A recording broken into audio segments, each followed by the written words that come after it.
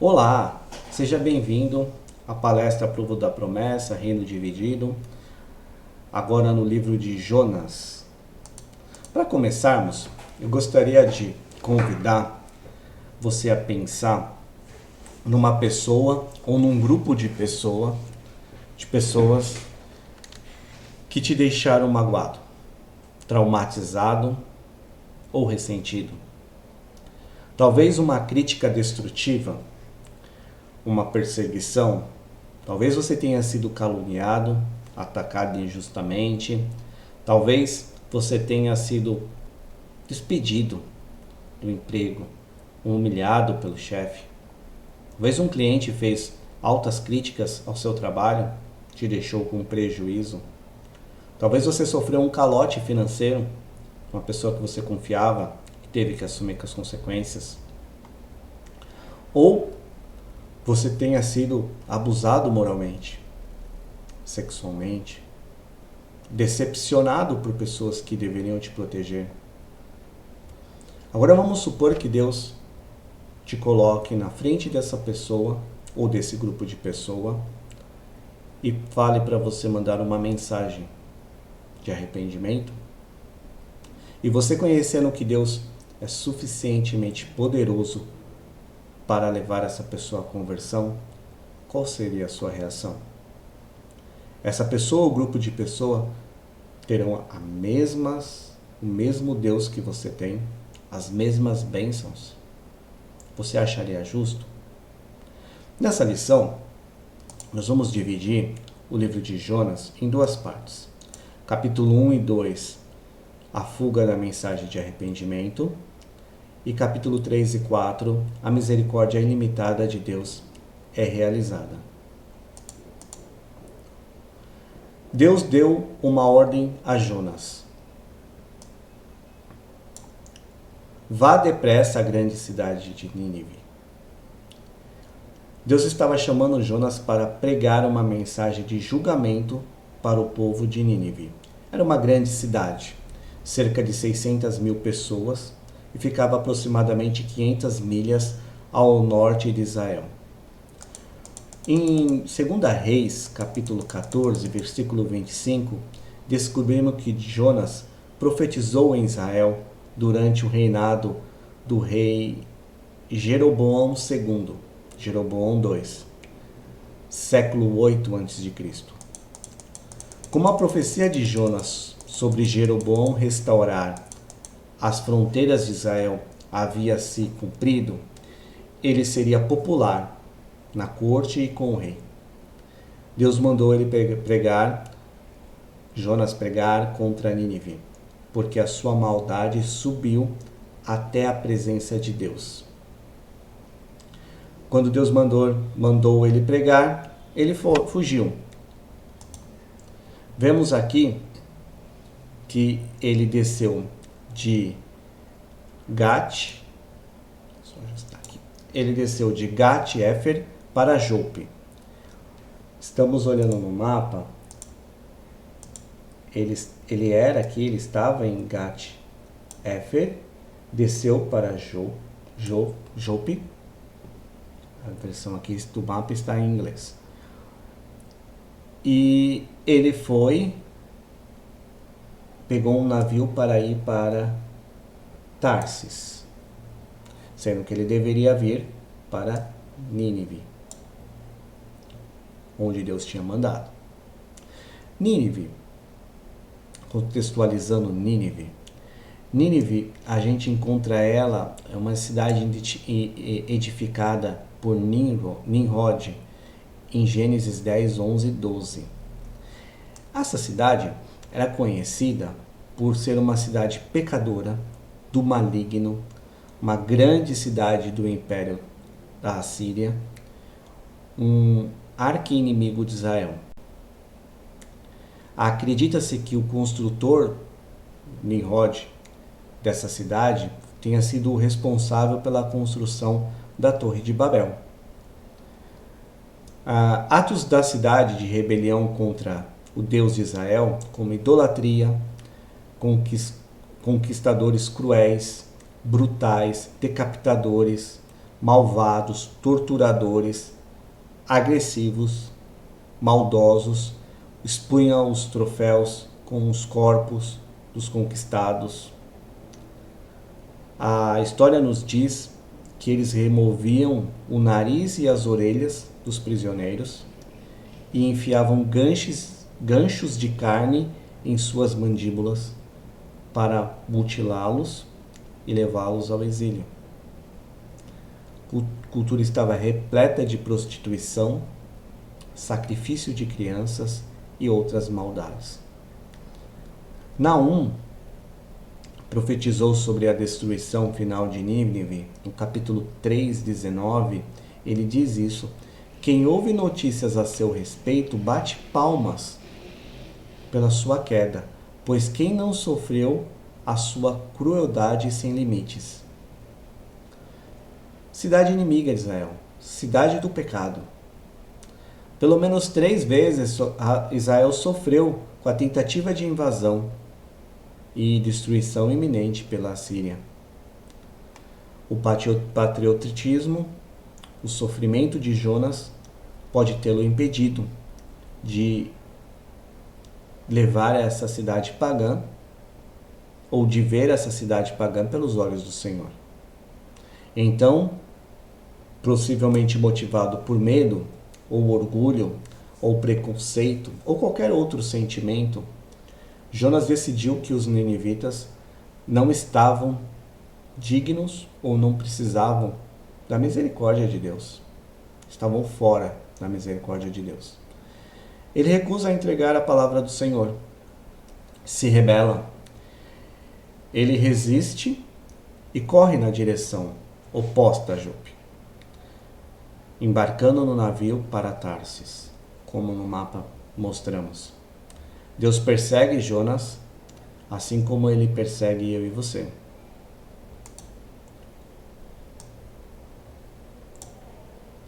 O Senhor mandou um vento muito forte, uma tempestade muito forte nessa viagem de Jonas.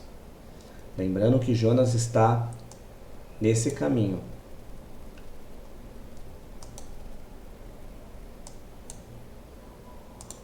Ele está nesse caminho de Jopa para Tarsis. E o Senhor mandou uma tempestade muito forte. Todos da embarcação ficaram com medo, ficaram amedrontados e clamavam aos seus próprios deuses, ao seu próprio Deus. Cada um clamava ao seu próprio Deus. E deixavam o navio mais leve, jogando bens, pertences ao mar. Jonas dormia profundamente no porão do navio. Isso mostra como Jonas não tinha medo da morte, pois a tempestade estava muito forte. Tanto é que o capitão do navio perguntou a Jonas: como você pode ficar aí dormindo? Levante-se, clame ao seu Deus. Talvez ele tenha piedade de nós e não nos morramos. Resolveram tirar sortes. Naquele tempo era comum esse ato, para descobrir quem era o responsável da desgraça, e a sorte, direcionada por Deus, caiu em Jonas. Indagaram Jonas: quem é o responsável por essa calamidade? Qual é a sua profissão? De onde você vem? Qual é a sua terra? A que povo você pertence? No verso 8, Jonas disse: eu sou hebreu, adorador do Senhor, o Deus dos céus, que fez o mar e a terra. Os marinheiros entenderam, na hora, que Jonas estava falando sobre a divindade mais alta, porque Deus era conhecido como mestre dos mares na antiga cultura do Oriente. Lembre-se, Deus tinha aberto o Jordão em cheia para o povo passar. Deus tinha demonstrado poder no dilúvio. E eles conheciam disso. Eles ficaram apavorados e perguntaram: o que foi que você fez? Pergunta retórica, para acusar Jonas pela calamidade. E já sabiam que Jonas estava fugindo do Senhor, porque ele tinha dito: a divindade suprema, o Todo-Poderoso, o Altíssimo, o que foi que você fez? Verso 11 e 12, perguntaram a Jonas o que deveríamos fazer com você, o que deveriam fazer com ele para que o mar se acalme. Jonas respondeu: me joguem no mar. Pois ele sabia que a causa daquela tempestade era ele, era a desobediência dele. Os homens se esforçaram ao máximo para não jogá-lo ao mar. Tentaram ir para a terra seca, para ele não morrer. Mas o mar ficou mais violento. Eles clamaram ao Senhor, suplicaram para não deixar eles morrerem por tirar a vida de Jonas. Pediram para não cair sobre eles a culpa de matar um inocente, sendo que o Senhor fez o que fez. Lançaram Jonas ao mar enfurecido e o mar se acalmou. Adoraram a Deus com temor, oferecendo sacrifícios e votos. Jonas preferia morrer a pregar aos ninivitas. Ele estava muito fora da presença de Deus, teimoso. Ele desceu ao mar, ao porão do navio, desceu até as profundezas da água, desceu ao ventre do peixe, do grande peixe, e Deus usou até mesmo a desobediência dele, de Jonas, para se revelar a um grupo de marinheiros, pessoas, estrangeiros, pagãos. A misericórdia ilimitada de Deus resgata os marinheiros da morte. Deus também revela a misericórdia a Jonas. O versículo 17 nos diz: então o Senhor fez com que um grande peixe engolisse Jonas, e ele ficou dentro do peixe 3 dias e 3 noites. Misericordiosamente, Deus cria circunstâncias em nossas vidas que nos engolem até o ponto que devemos parar, lembrar e nos arrepender a obedecer.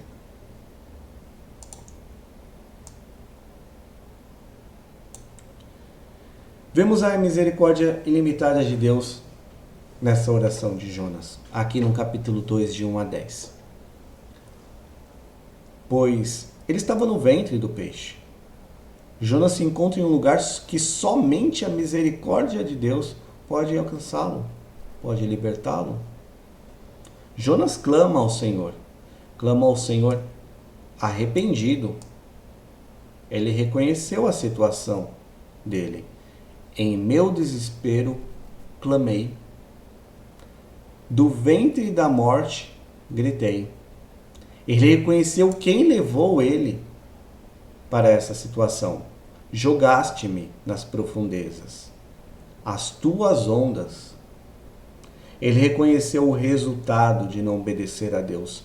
Fui expulso da tua presença. Ele reconheceu que estava morto, e uma pessoa poderia ser considerada morta depois de 3 dias na sepultura.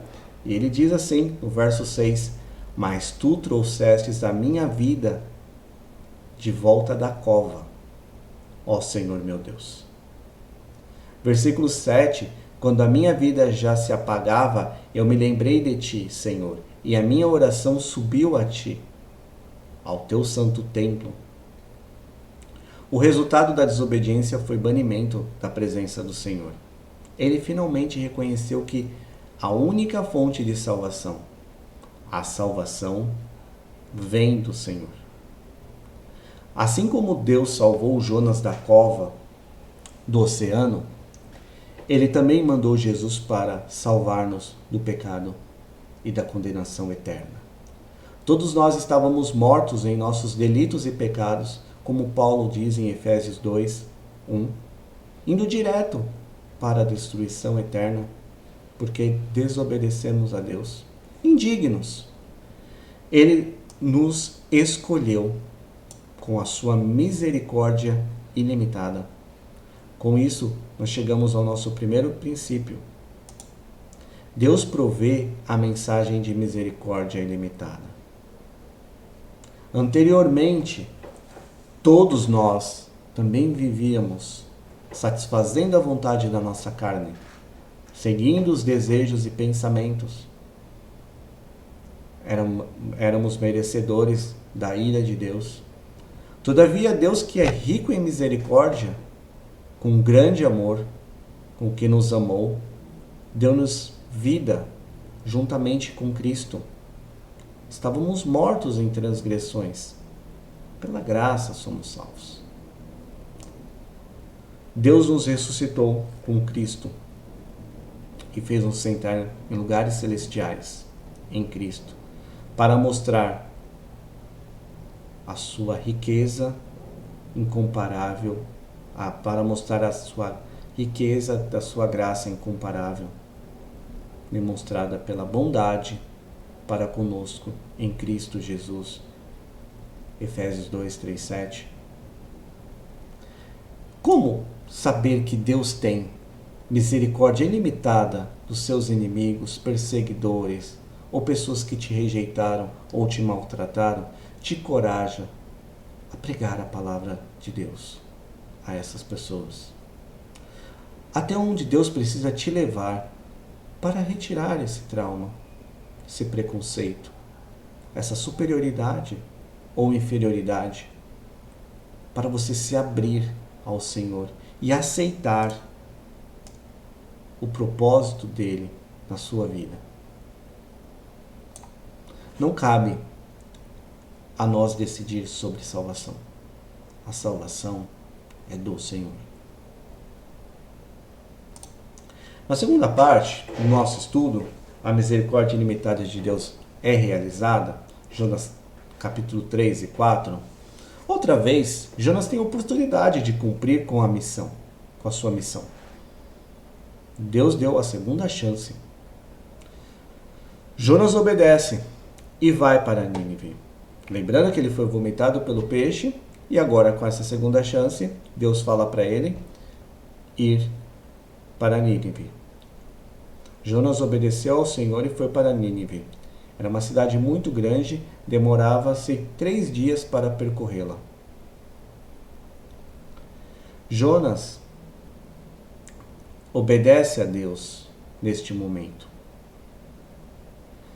E o importante é que quando Jonas é vomitado pelo peixe, chega na cidade, ele ali encontra o Deus que a cidade adorava. Era o Deus Dagon. Ele era parte homem, parte peixe. Arqueólogos da época, arqueólogos hoje em dia, escavaram imagens de pedra de um peixe com um homem saindo da boca das ruínas dos ninivitas. Deus poderia não só ter feito um peixe para engolir Jonas com o objetivo de resgatá-lo, mas também para preparar o coração dos ninivitas para a mensagem desse profeta.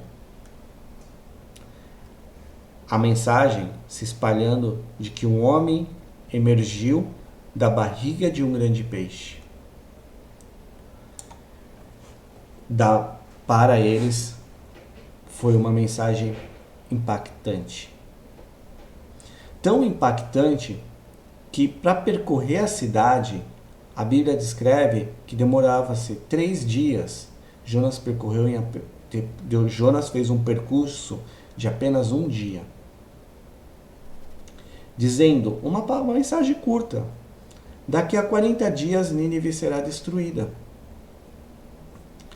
Não foi uma mensagem trabalhada, apaixonada, impactante. Impactante possivelmente, dizendo que a mensagem seria destruída. Mas apenas 5 palavras no hebraico. São mas palavras poderosas. Deus estava operando um milagre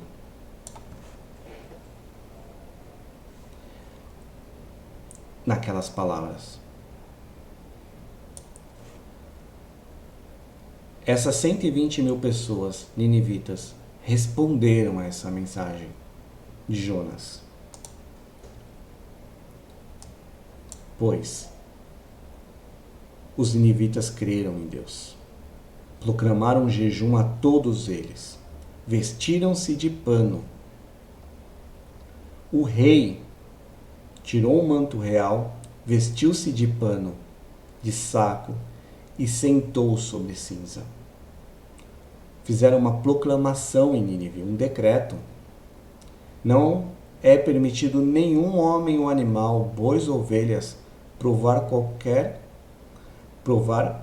coisa alguma. Não comam nem bebam.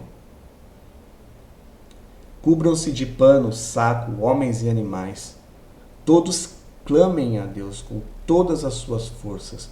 Deixe seus maus caminhos e a violência.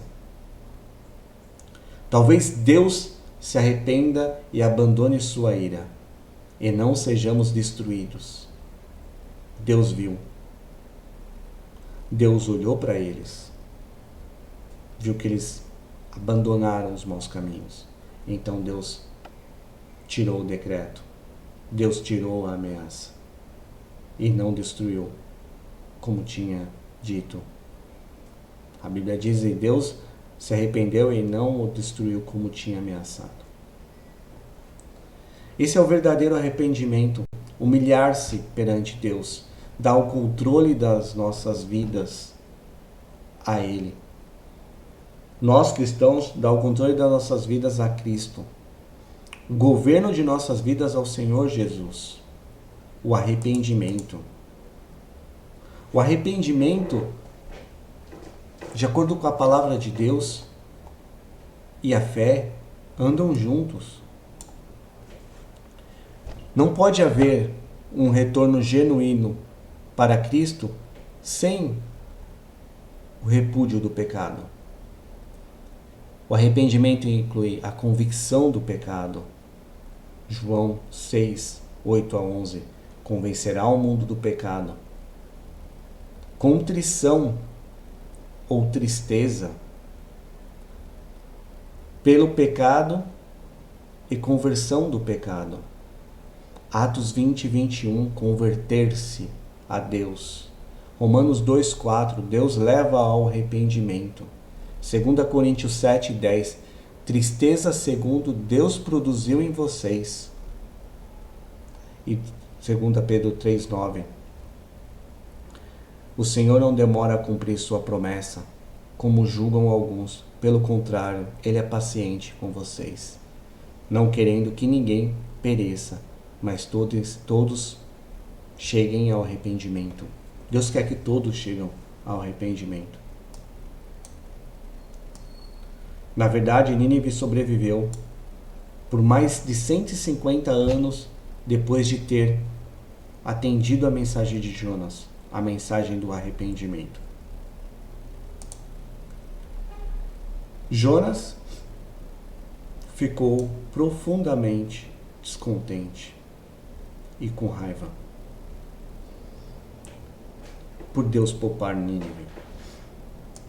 No verso 2 e 3 do capítulo 4, a gente vê Jonas orou dizendo o motivo da ira e de não ter ido.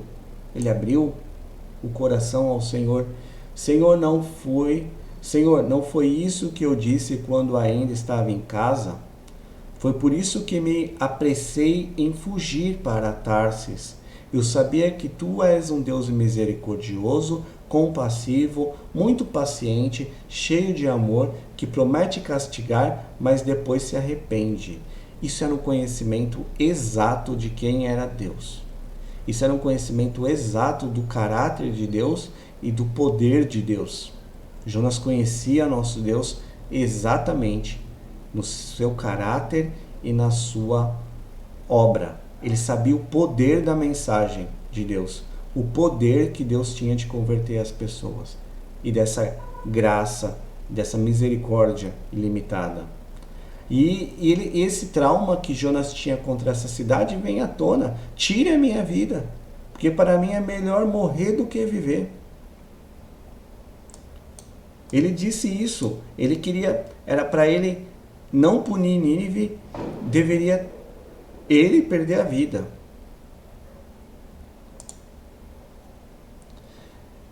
E aqui, nessa parte, a gente vê como Deus trabalhou poderosamente com Jonas. Por 3 perguntas e algumas afirmações, Deus corrigiu o modelo mental de Jonas. Deus fez uma obra transformadora. Quando Deus fala para Jonas, você tem alguma razão para essa fúria? Deus chama Jonas para a realidade. Primeira pergunta, Deus está trazendo Jonas para a realidade. A segunda pergunta, Deus leva Jonas a um autoexame. Você tem alguma razão para estar tão furioso por causa da planta? Verso 6, Deus tinha feito crescer uma planta para colocar sombra à cabeça de Jonas e livrá-lo do calor.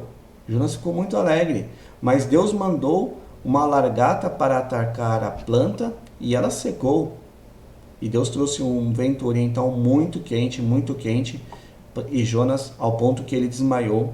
E quando acordou, desejou, ao ponto que ele quase desmaiou, e ele desejou morrer. Aí Deus corrige nessa segunda pergunta, leva ele a um autoexame. Você tem alguma razão para estar tão furioso por causa da planta? E aí Deus corrige, Deus ajusta o modelo mental de Jonas, quando ele disse, você tem se preocupado com a planta? Com essa planta? Embora não tenha cultivado ou feito crescer. Ou como diz no texto, você tem pena dessa planta, embora não tenha podado nem tenha feito crescer. Ela nasceu numa noite e numa noite morreu.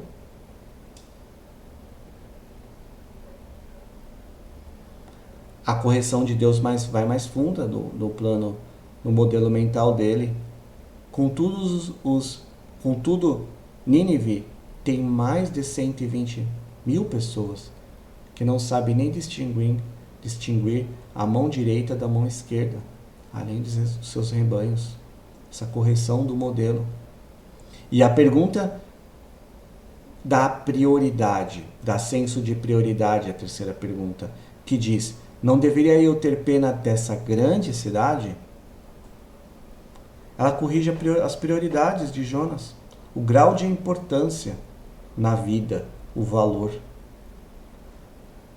Não deveria eu ter pena dessa grande cidade?